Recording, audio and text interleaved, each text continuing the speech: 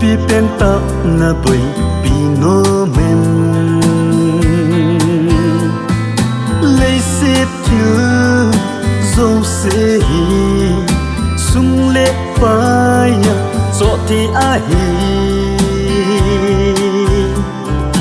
rapture ni khô và coi mà ngắt gió thì lâu dinh ai chun đi chu lệ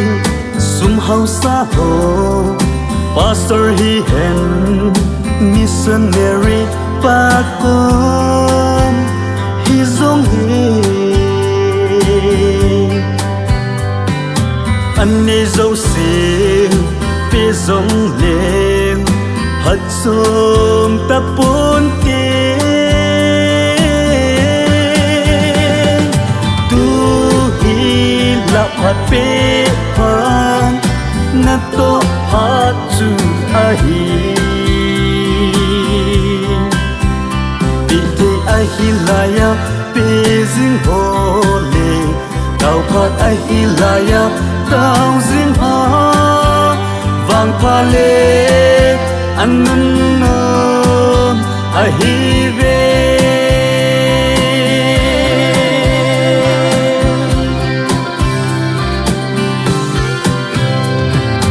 oso pite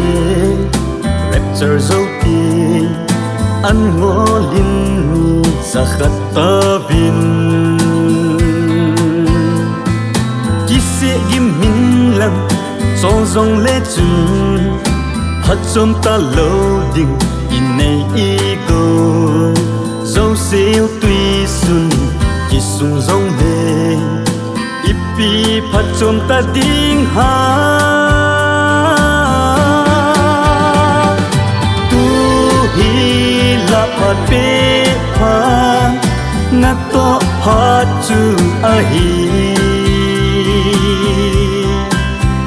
piti ahi laya bezing hole tao phat ahi laya tao zing ha vang phale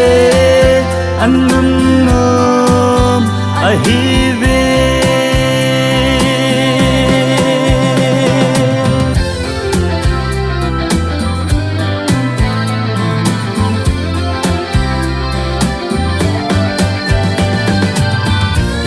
chun su na hi pe cha ai so pa na chu tong loi jin to thei lo na san mu thim chu ung sung ding ai hi ta tu hi la phat pe ha na to phat chu ai ai hilaya bezing hole tao phat ai hilaya tao zing ha vang phale anun nom ai hi ve vang phale